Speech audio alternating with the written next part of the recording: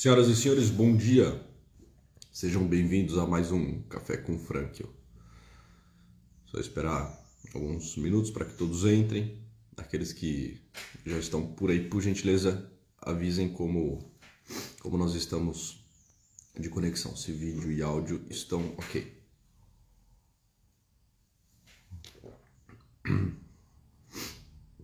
Muito bem.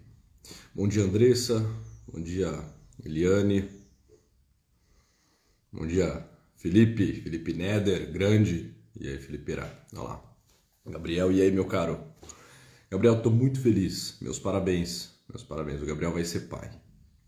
Aqui em casa, essa notícia nos alegrou e muito. Deus os abençoe, Gabriel. Um dia, Sassa, é isso aí, já vão mandando aviãozinho, vão chamando os amigos, vão chamando os conhecidos para essa live. Tá bem? Que nós vamos seguir aqui mais um dia de live com Frankel. Bom dia, Cris, Andressa, excelente, olha lá, o povo da pós chegando por aí. Joelma, hoje dia 13, só para deixar aqui registrado, hoje dia 13 de outubro de 2021. Ontem nós não tivemos a live, porque ontem foi feriado, né? Eu achei justo dormir até um pouco mais tarde, não que com criança você tenha alguma garantia de que vai conseguir dormir até um pouco mais tarde, mas por graça, por bem, ontem deu, né? Deu para esticar o sono um pouco mais. E aí, não precisei pular da cama às 5h30, como acontece comumente, principalmente quando você tem o café com Franklin, né? E aí, deu para aproveitar com a família, ir à missa, se divertir com a molecada, enfim. Muito bem, então hoje, quarta-feira, excepcionalmente hoje, café com Franklin na quarta. A partir da semana que vem, nós voltamos para a terça-feira, tá certo? Tudo bem, como vocês estão? Mandei aí como passaram de feriado, né? Como estão pro dia de hoje. Enfim, enquanto isso, eu espero para que o restante do povo chegue aqui, tá?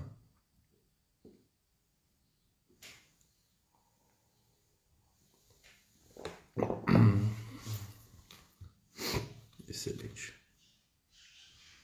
Ó. Ju, Fran, bora, vamos lá.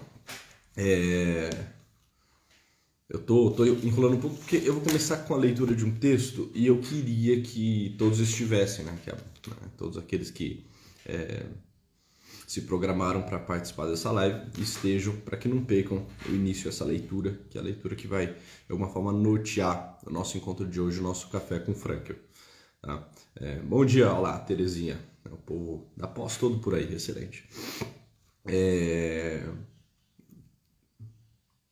Então vamos lá, então vamos seguir aqui com o Café com Franklin, no nosso Café com Franklin. Seguinte, tem um tema que é muito interessante. De alguma forma, os temas aqui, eles vão se exigindo mutuamente, né? Eles estão bem entrelaçados, né? De algum modo, aquilo que eu vou tratar hoje já foi explanado em outros programas, Café com Frankel. Porque isso para Frankel é uma grandiosíssima verdade, é algo que faz todo o sentido dentro da proposta antropológica, dentro da visão de Viktor Frankl. Que é a questão da visão do homem, né? De que forma o homem deve viver para que a vida dele seja intensa, para que a vida dele seja adequada, para que ele consiga chegar naquilo que Frankl diz ser o seu dever ser, né? Porque o fato é, nós nos preocupamos demais com muitas coisas. A vida, é claro, ela tem o seu peso, a vida tem as suas dificuldades. Agora, nós maximizamos isso, nós problematizamos demais, nós queremos viver uma vida adequada, nós queremos viver uma vida bem instalada na realidade, nós queremos viver uma vida com propósito, nós queremos viver uma vida que faça sentido, nós queremos uma vida valorosa, mas por alguns motivos, e nós veremos alguns destes motivos nesse nosso encontro de hoje, tudo torna-se muito mais difícil, tudo torna-se muito mais pesado, parece que a gente fica empacado, parece que a gente fica patinando, parece que a gente não sai do lugar, A gente avança e na sequência tem uma queda, um retrocesso, e aí depois a gente já não sabe mais para onde vai, como vai, com quem vai, enfim. E Viktor Frankl, ele tem uma visão bem otimista, tem uma visão muitíssimo prática. Viktor Frankl é um homem muito prático, muito prático. A vida dele é uma vida prática, né? Viktor Frankl coloca-se diante da vida, tentando compreender, captar, escutar aquilo que a vida lhe chama, e Viktor Frankl simplesmente vai respondendo, né? Sim quando ele acha que sim, não quando ele acha que não, e pronto. Se comprometendo com isso tudo, se responsabilizando e tocando as coisas em diante, né? É isso aí, vamos de Viktor, bom dia. Então, vamos entender o que pode de fato nos atrapalhar. A live de hoje é isso. O que pode nos empacar, o que pode nos brecar, o que pode fazer com que fiquemos patinando. Eu tenho certeza que boa parte dos que aqui estão percebem que algumas coisas simplesmente não vão para frente. Você tem uma reta intenção, você tem alguns desejos interessantes, você quer que a tua vida avance, mas parece que está lá, né? Sai ano, entra ano, aqueles propósitos nunca se realizam, sai ano, entra ano, a vida fica como está, ou ainda o que é pior, o que é ainda mais miserável, a vida vai ficando pior, vai ficando menor, né? As coisas vão ficando ainda mais comprometidas, a tua vida vai ficando ainda mais mais miserável, enfim. Vamos entender de que forma a gente consegue deslanchar nisso tudo. Eu quero começar com um texto que não é um texto de Viktor Frankl, mas é de uma frankliana, né, uma grandiosíssima amiga de Viktor Frankl, Elizabeth Lucas, né, conviveu com ele, discípula direta de Viktor Frankl, tinha todo o respeito, a admiração, o carinho de Viktor Frankl. Havia sido cogitado por diversas vezes de que Elizabeth Lucas assumiria o lugar de Frankl, né? Mas Frankl não quis deixar essa linha sucessória, né? Ele deixou os seus discípulos, deixou os seus alunos, aqueles a quem ele formou, mas ele não quis nomear alguém para assumir a sua cadeira. Então a cadeira ficou vacante, ou numa outra visão que podemos colocar, ficou sendo ocupada, né, exatamente por ele, o pai e criador da logoterapia. Mas dizendo isso tudo só para vocês entenderem que Elizabeth Lucas é alguém que vale a pena conhecer, aqueles que gostam de logoterapia, gostam de Viktor Frankl, porque era uma das pupilas de Viktor Frankl. Ela tem um livro que chama Psicologia Espiritual e ela traz lá para as tantas, no meio do livro, alguns contos, né, algumas histórias, como ela diz, histórias que podem curar. Ela vai tentar entender qual é a promessa oculta dentro de algumas histórias. Histórias infantis, alguns contos muito simples e assim por diante. Ela tem alguns aqui que inclusive estão na Itália. Um abraço, né? Um abraço da Itália. O Labras está mandando. Esse conto se chama A Lagarta. O conto que eu quero ler aqui com vocês para em cima disso a gente desenrolar o nosso tema de hoje. Então, prestem atenção nesse conto. Sem chance. 6 metros de asfalto. 20 automóveis por minuto. 5 caminhões. Um trator. Uma carroça. A lagarta não sabe nada de automóveis. Não conhece a largura do asfalto. Não sabe nada de pedestres, ciclistas, motociclistas. A lagarta só sabe que no outro lado há verde. Magnífico verde. Presumivelmente comestível. Ela tem desejo do verde. Vamos atravessar. Sem chance. 6 metros de asfalto. Ela parte. Parte com seus tocos de pés. 20 automóveis por minuto. Anda depressa. Sem medo. Sem tática. 5 caminhões. Um trator. Uma carroça. Parte. E anda. E anda. E anda. E chega. Essa é a história da lagarta, né? Esse é o conto da lagarta. Interessante, né? Ela só sabe de uma coisa. Essa lagarta, a priori ignorante, meia lesa, só sabe de uma coisa. só sabe que do outro lado há verde. Magnífico verde, presumivelmente comestível. E de asfalto? De asfalto ela não sabe nada. 6 metros de asfalto. Trator, motos, carros, carroça. E o que a lagarta faz? Ela parte. Ela anda. Sem tática. É interessante isso, porque às vezes na nossa vida a gente fica muito preso em tática.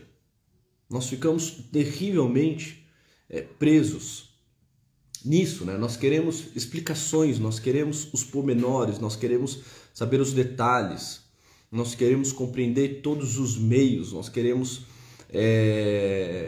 ter nas mãos e dominar todos os comos. Nós queremos organizar, planilhar, agendar, né? Estudar minuciosamente os modos como nós vamos fazer. E de fato a nossa vida empaca. Nós não avançamos. Algumas coisas na vida, e essa é uma visão bem frankliana, precisam ser vividas assim, sem mais. Sem mais. Isso não é ser leviano com a vida. Isso não é ser imprudente, isso não é ser temerário. Isso é simplesmente viver. Victor Frankl vai falar, olha, na medida em que nós olhamos excessivamente, por exemplo, para nós mesmos, na medida em que nós queremos compreender detalhadamente os meios, os comos, por exemplo, espontaneidade e atividade ficam todas lesadas, ficam impedidas. É curioso isso, né? Algumas pessoas às vezes chegam para mim e me perguntam, né? Poxa, Luiz Henrique, como que você faz tudo que faz? Como você dá conta disso tudo? É uma pergunta que eu escuto pelo menos uma vez ao dia, pelo menos, né? De um paciente, né? De um parente, de um amigo, né? Como que você faz tudo que faz? Olha, a verdade é que eu não sei, né? A verdade é que eu não sei, né? O segredo talvez esteja exatamente aí. Pode parecer uma resposta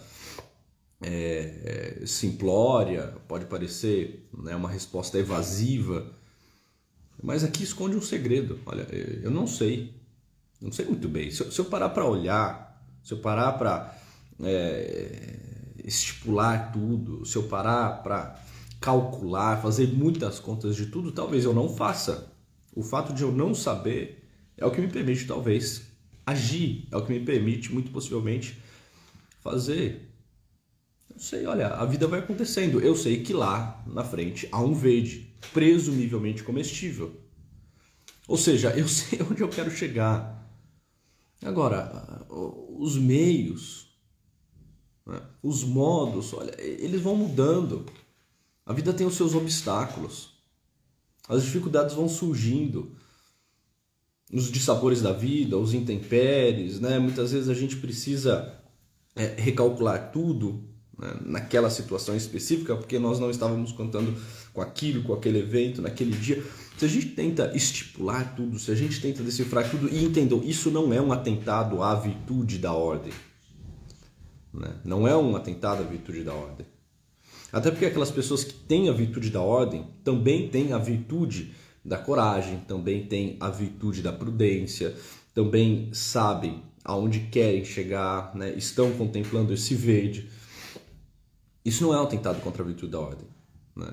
Isso é, na verdade, uma fala que ataca aquela pseudo-virtude que muitas vezes nós criamos, que aponta muito mais para as nossas neuroses, para os nossos fetiches, para a nossa tentativa de controle, para a nossa busca excessiva de controle, porque de fato é uma virtude. Porque olha, Victor Frankl vai dizer isso num conto que ele vai trazer em alguns dos livros, que é o conto da centopeia. Aqui nós estávamos vendo a lagarta, né? Mas Victor Frankl também vai usar a passagem da centopeia. Ele fala, olha, né, sabe o que aconteceu? certa vez, estavam lá os bichos na floresta, vamos aqui florear um pouco, né, em cima da fala de Frank, não é bem isso que ele coloca, mas vou florear um pouco para ficar mais interessante. Sabe o que acontece? Os bichos estavam lá certo dia na floresta e eles começaram a perceber que era curioso, porque um dos bichos chamava muito atenção. Esse bicho era a centopeia. Porque diferente dos demais animais, a centopeia ela anda e anda com uma naturalidade e anda com uma beleza e anda com um gracejo muito peculiar. Mas não só isso, ela anda com 100 pernas. A centopeia tem 100 pés, tem 100 pernas. Meu Deus, como que pode? E chegaram para a centopeia e meio que na sacanagem perguntaram para ela, né? Puxa, senhora centopeia, que coisa dificílima, não? Que coisa terrível. Como que a senhora faz para andar com esses 100 pés, sem nunca tropeçar, sem nunca cair, com todo o gracejo, com esse movimento todo? E diz Viktor Frankl que nesse momento a centopeia que andava e andava tranquilamente, serenamente, passou a olhar para os seus pés. Começou a observar o modo como aquilo tudo se dava. E na medida em que ela começou a fazer dela mesma o objeto de reflexão dela, e na medida em que ela passou a olhar excessivamente para os seus pés, para entender o mecanismo e a dinâmica daquilo, ela começou a tropeçar, ela começou a se amarrar, ela começou a cair, ela começou a empacar. Ou seja, olha, quando a centopeia, na sua espontaneidade, no seu modo natural de ser, simplesmente caminhava, as coisas fluíam. Mas agora que a centopeia está olhando excessivamente para ela, para os seus pés, tentando dominar os seus meios, os seus comos, quando aquela centopeia começou a ter um certo toque, né? Começou a ter uma certa obsessão e uma certa compulsão naquilo, começou a pensar no que se passava e tentar controlar o modo como as coisas se davam, ela perdeu todo o gracejo, perdeu toda a espontaneidade, perdeu toda a atividade. O que aconteceu foi que a centopeia começou a se embaraçar. Vai dizer Frankl, né? Quando a centopeia começou a considerar o problema com atenção, passou a ter dificuldades em locomover-se, mal conseguindo coordenar suas próprias pernas, né? E é isso que acontece com a gente. A gente, na medida em que olha para si e tenta compreender absolutamente tudo, na medida em que nós adotamos aquele princípio que o Viktor Frankl vai falar, né? É que eu não quero trazer termos mais teóricos, mais técnicos aqui, né? Mas nesse momento não tem como, né? Na medida em que nós começamos a ter uma hiperintenção ou uma hiperreflexão, e na medida em que essa hiperreflexão é acompanhada de uma hiperatenção, ou seja, eu começo a refletir muito sobre mim mesmo, eu começo a olhar demasiadamente para aquilo que eu faço, para o modo como eu faço, eu tropeço, eu caio, eu adoeço. Na visão de Viktor Frankl, o que vai se instalar? Vai se instalar uma neurose, né? Aqui é um dos princípios de neurose para Viktor Frankl. E o problema é esse, nós somos, às vezes, um tanto quanto neuróticos. Nós sequer sabemos para onde nós estamos indo. Nós mal paramos para olhar essa grama que está à nossa frente e começamos a nos perguntar os comos, os meios. Olha, os comos, os meios, isso tudo vai se dar com uma certa espontaneidade, isso tudo vai se dar no caminho. O caminho vai se dar caminhando. Nós não precisamos ficar olhando para ele. Isso nos mata, isso nos ferra. Volto a dizer, é aquilo que me perguntam, como você faz tudo o que faz? Eu não sei e eu não estou muito preocupado em saber. Imagina se de repente, antes de lançar o Café com Frankl, por exemplo, me ocorre isso agora, pensar aqui com vocês isso. Se antes de lançar o Café com Frankl, eu tentasse criar um cronograma de absolutamente tudo. De absolutamente tudo. Puxa, olha lá, eu vou iniciar o programa às terças-feiras, Café com Frankl. né? Vamos fazer uma pauta de todos os programas. Deixa eu imaginar quais serão os temas de todos os programas daqui, né, até o fim de 2024. Né? Deixa eu roteirizar todos, deixa eu buscar a referência bibliográfica de tudo, deixa eu pôr tudo da forma como deve ser. Né? Olha, eu não faria, entende? Isso não sairia. E é o que acontece às vezes na nossa vida.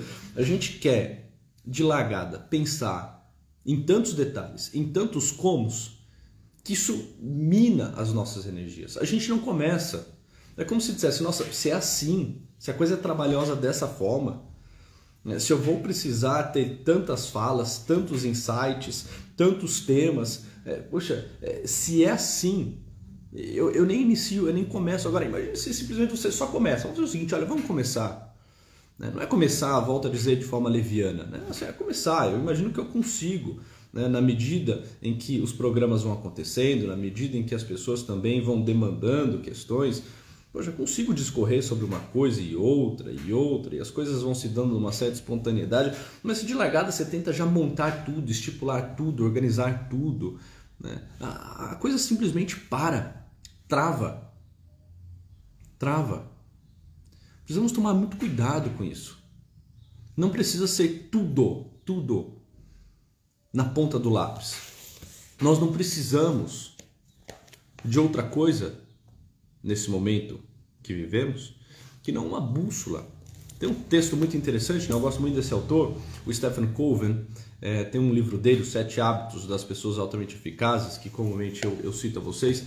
Ele vai falar, olha, nós precisamos, nesse tempo em que estamos, muito mais de uma bússola que nos aponte um destino, ou seja, pegando o texto lá, que nós lemos agora há pouco, né? O texto da lagarta, nós precisamos muito mais de uma bússola que nos mostre aonde está essa grama verde do que um conjunto de princípios e regras.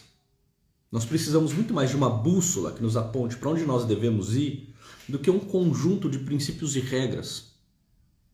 Nós precisamos muito mais de uma bússola do que de um mapa da estrada. Sabe por quê? Porque com frequência nós não conhecemos o estado do terreno que está à nossa frente. Nós não conhecemos o estado do terreno que está à nossa frente.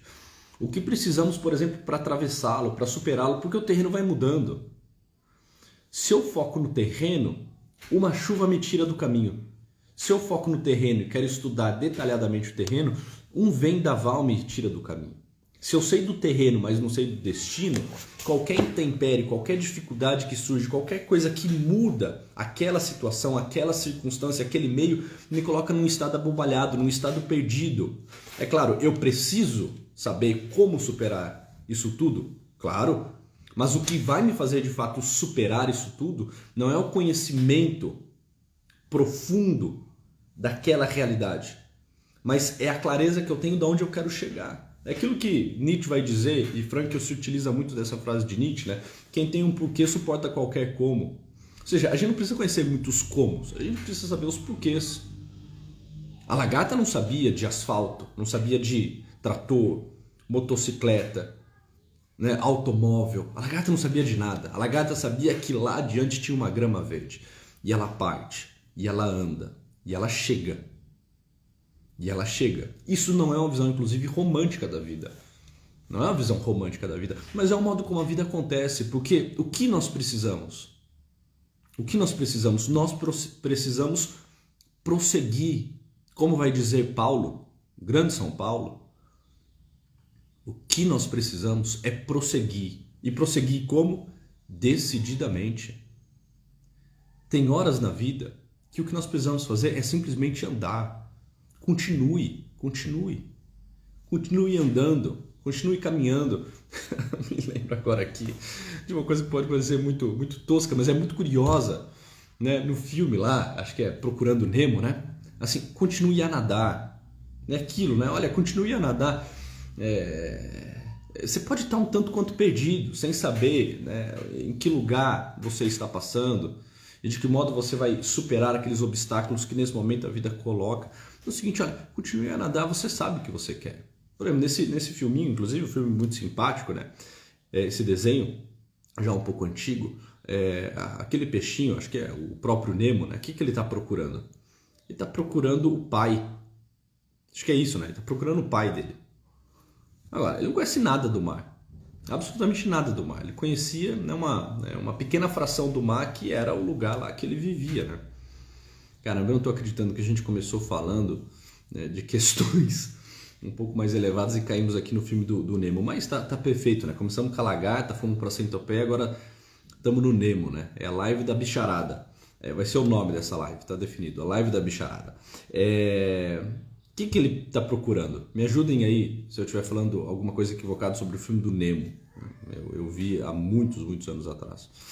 Ele está procurando o pai. E ele conhece muito pouco do mar. Mas ele sabe o que ele quer. Ele quer encontrar o pai. E o que ele faz? Ele parte. Vamos pegar aqui a centopeia novamente, né? A lagarta não sabe nada de automóveis, não conhece a largura do asfalto, não sabe nada de pedestres, de ciclistas, de motociclistas. A lagarta só sabe que do outro lado há grama, magnífica, verde, presumivelmente verde. Ela anda depressa, sem medo, sem tática. 5 caminhões, um trator, uma carroça, parte e anda. E chega. O que aquele peixe também sabia? Só sabia que procurava o pai. Ah, desculpa, é o contrário, né? É isso aí, pronto, obrigado, me ajudaram. Eu sabia que tinha alguma coisa errada aqui no filme do Nemo. Na verdade ambos se procuram, né? Vocês estão aí me confundindo, os dois estão se procurando. O pai procura o filho procura o pai, né? Um se perdeu do outro e eles partem desesperadamente à procura um do outro. E o que acontece com aquele peixe? Olha, ele precisa nadar. Vai ter o que no caminho? Vai ter tubarão, vai ter cardume, vai ter, sabe, intempéries, vai ter águas escuras. Olha, continue a nadar. Em alguns momentos da nossa vida exigem isso. Quando as coisas estão mais escuras, mais turvas, o que nós precisamos fazer? Andar, partir. Nós precisamos prosseguir. O que importa é prosseguir decididamente. Nós temos a nossa bússola. Assim, eu tenho certeza que estamos aqui com quase 160 pessoas na live. Boa parte dos senhores que aqui estão, das senhoras que aqui estão, sabem o que querem. Já contemplaram e conhecem essa grama. Deixa eu ver quanto tempo de live. 27 minutos. Essa grama. Ou seja, o sentido mesmo da vida. O porquê você está fazendo o que faz. Ninguém está tão desorientado que não saiba para onde a vida está caminhando. Mais ou menos você já sabe. Então pronto, então faça, então corra, então vá atrás. Não queira ficar, pensando excessivamente. Isso vai gerar um estado de neurose. Isso vai falar mais da tua ansiedade, que vai acabar te levando para um campo mais patológico, de uma neurose, de um transtorno obsessivo compulsivo, do que qualquer outra coisa. Faça, haja, busque, continue nadando, continue prosseguindo. Haverão quedas? Haverão quedas. O que você vai fazer diante das quedas? Você vai sacudir a poeira, você vai levantar, sacudir a poeira e você vai continuar. Haverão dificuldades? Haverão dificuldades. E serão tantas e tamanhas que não adianta, inclusive, você parar para pensar nelas, em todas, em quantas. Porque elas não estão sob o nosso controle. Agora, o que está sob o nosso controle, se assim poderíamos dizer, é essa visão. É aquilo que nós vamos contemplando. É aquilo que é a meta da vida. É aquilo que nós estamos buscando. É esse objetivo que nós queremos. Então, prossiga. Lá, diante de uma graduação, claro, haverão dificuldades, continue aí, continue fazendo, continue entregando, continue estudando. Se a tua meta é pegar esse certificado, pega esse certificado. E o mesmo aplica-se a qualquer coisa. Aquele estado de vida que você se encontra, o teu casamento, o teu trabalho. Pode ser que nesse momento do seu trabalho você não tenha muito os comos na mão. Tá, mas se você ficar agora parando para pensar sobre eles, você só vai ficar diante da tua miséria, do pouco que você entrega, das dificuldades que você traz. Continue, vá fazendo, um dia após o outro, pé ante pé, Essa busca pelo objetivo vai lhe dando capacidade de superar os meios, de dominar os comos, de se aprimorar durante a vida. O Gabriel está dizendo, minha superiora dizia assim, caminhe meu filho, não pare, as batatas se ajeitam no caminho. Exatamente, é isso aí, perfeito, as batatas se ajeitam no caminho, tá bem? Porque caso contrário, a gente vai fazer como aquela centopeia que olha para as pernas e se desespera e tropeça. Ou então, diferente dessa história da lagarta, essa lagarta bem sucedida, a gente vai parar no meio da rodovia e tentar entender o que é o asfalto, o que são os carros, o perigo que está à espreita. E pronto, seremos esmagados. Ou então nos perderemos no caminho se ficarmos tentando, né, entender todos os comos, como aquele peixe, né, que ao invés de fazer isso nadou e partiu, mas se ele parasse para entender absolutamente tudo, a dinâmica do mar, quantos e quais são os monstros marinhos, pronto, teria sido devorado, teria se perdido. Caminhe, parta, prossiga decididamente. Reitero, e vou terminando com isso, essa minha fala não é um atentado contra a virtude da ordem. Não é. Isso aqui não é uma forma de viver uma vida leviana, né? Assim, despreocupada. Mas é um chamado que eu faço a todos vocês para quê? Para que sigam os seus caminhos.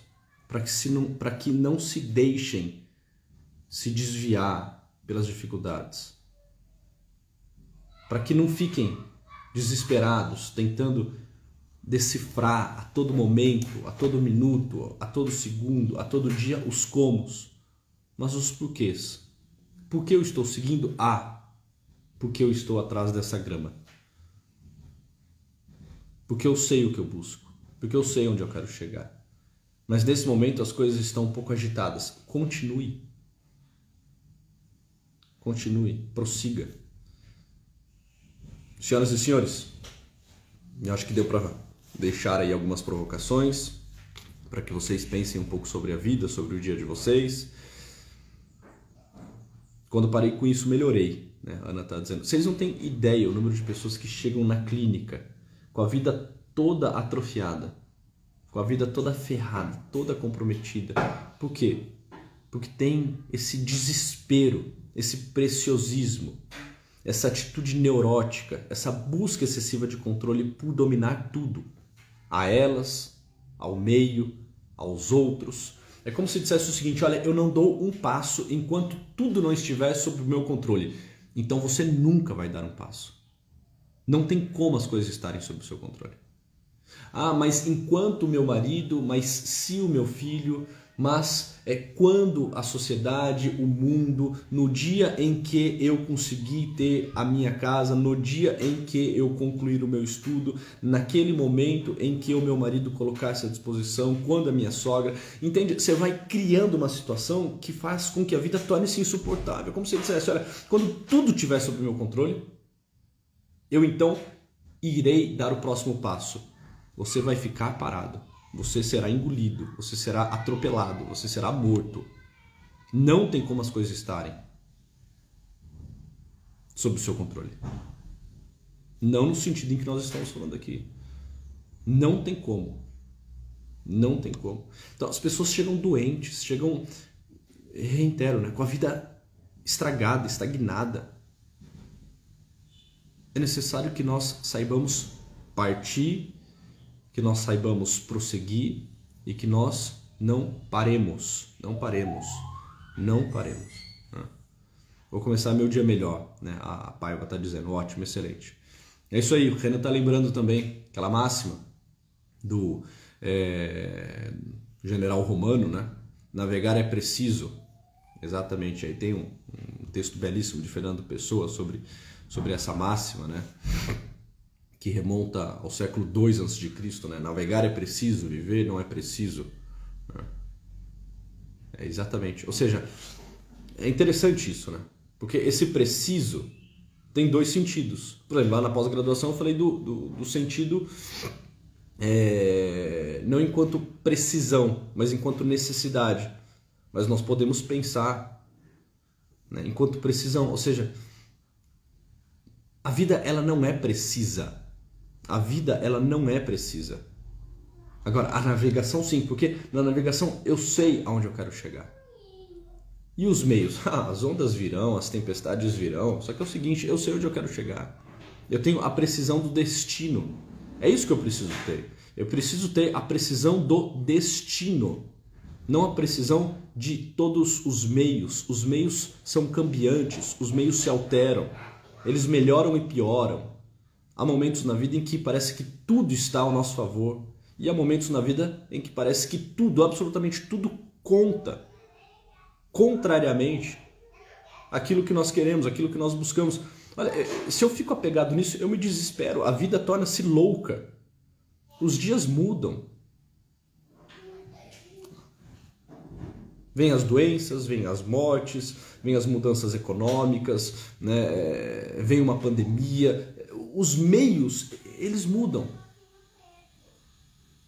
Agora, o destino não. O destino não. O destino precisa ser sempre o mesmo. A grama, presumivelmente verde e comestível, continua lá. O que tem nesse caminho, o que tem nesses 6 metros de asfalto, eu não sei. Não faço a mínima ideia. O que eu sei é que eu preciso partir, é que eu preciso seguir. E é isso. É isso. Por exemplo, olha que interessante, dá para começar uma live sem saber aonde nós vamos chegar. No sentido de, olha, começar uma live e eu só sei uma coisa. Eu sei que nós vamos trabalhar sobre este ponto, né? Que a vida precisa ser levada adiante, o que importa é prosseguir decididamente e que há uma grama verde lá na frente. E que se nós ficarmos parados, empacados nos cômodos, nós seremos esmagados. Agora, no meio do caminho surgem coisas, surgem pessoas falando, coisas interessantes que dá para trazer para a live, insights, surge a lembrança, né, do Nemo, né? Entende? Agora, imagina que terrível, um dia me perguntaram, termino com isso, né? Puxa, Luiz Henrique, assim, como que monta uma live, né? Uma pessoa, um profissional que queria começar a fazer live, olha, como que você faz, né, para montar uma live? Você vai roteirizando tudo, você prepara tudo, você vai com anotações, você vai com o computador? Não, eu vou sem nada. Assim, numa live eu vou sem nada. Tô lá com 150, 200, 300 pessoas, assim, sem nada. Eu tenho uma ideia de onde eu quero chegar e mais ou menos, precariamente, os meios que eu vou utilizar para construir esse discurso para chegar lá naquele destino. Tá? É diferente, por exemplo, sei lá, de uma aula. É claro, se eu vou fazer uma aula, precisa ter uma estrutura, precisa ter um roteiro, eu vou citar tantas obras, eu vou ler tantos textos, eu vou provocar os alunos nisso, naquele ponto ou outro, enfim, eu vou propor essa atividade. Agora, por exemplo, uma live, ela não tem essa estrutura. Uma live é o seguinte, olha, mais ou menos tem uma grama lá na frente, a gente vai caminhar para lá, e o modo como nós vamos construir isso vai depender das pessoas que lá estão, dos comentários que elas vão fazer, dos insights que vão surgir, da espontaneidade, da intuição, das lembranças que a gente vai resgatando na memória. Você entende? Por exemplo, deixa eu falar uma coisa aqui a vocês. Eu sei que muitos de vocês têm desejo, inclusive, de se aventurarem nesse caminho, né? de Instagram, de começarem a apresentar o trabalho de vocês, médicos, nutricionistas, pessoas da área de modas, pessoas que querem começar a contar um pouco sobre a sua vida, a sua rotina e querem trazer contribuições aos outros, daquilo que fazem, daquilo que pensam, daquilo que vivem, mas não fazem por quê? Porque ficam obcecadas tentando pensar nos meios, tentando pensar nos comos. O dia que eu tiver um refletor, o dia que eu tiver um cenário, o dia que eu conseguir roteirizar um tema, o dia que eu conseguir ler 1.500 obras, o dia que eu tiver terminado meu curso de oratória, o dia que eu conseguir dominar absolutamente tudo da língua portuguesa, o dia que eu tiver tantos seguidores. Entende? Você nunca vai fazer.